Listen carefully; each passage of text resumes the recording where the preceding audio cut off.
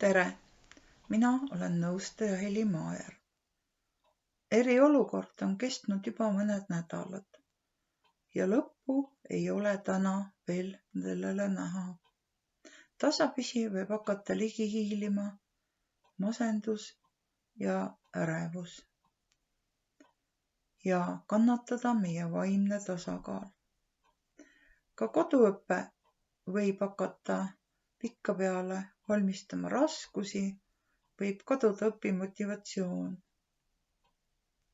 Täna ma räägin teile võimalustest, kuidas ennast ise sellises olukorras aidata ja toetada saab. Kõigepealt on oluline tekitada oma päevadesse rutiin. See tähendab enam-vähem kindlat päevaplaani, mida sa järgid alates ärkamisest, mis on hommikul sulle sobival ajal. Kui näiteks kooli ajal sa ärkasid kell 7, siis võib-olla nüüd lubad endal magada 8, aga siis tõused üles, teed ära oma hommikused vajalikud protseduurid ja edasi on soovitav hakata tegelema kooli asjadega. Teha neid ülesandeid ja mitte unustada vahepeal ka vahetunde. Umbes võib-olla iga 1,5 tunni tagant nagu koolis teha paus.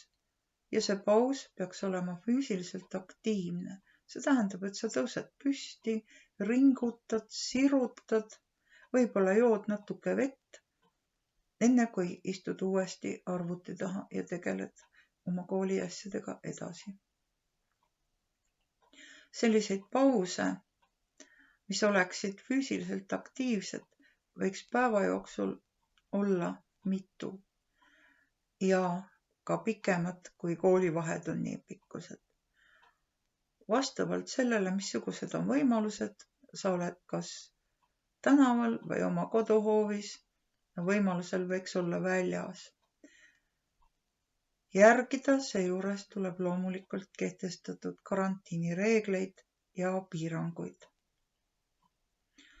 Kestva stressiga kaasneb sageli muutus söögiisus või võivad tekkida unehäired. Seepärast tasub ennast tähele panna ja märgata neid muutusi. Rääkida sellest vanematele või inimestele, keda sa usaldad ja küsida neilt nõu. Ja kui vajadus, siis pöörduda oma perearsti poole helistades perearsti nõuandetelefonil. Aitäh!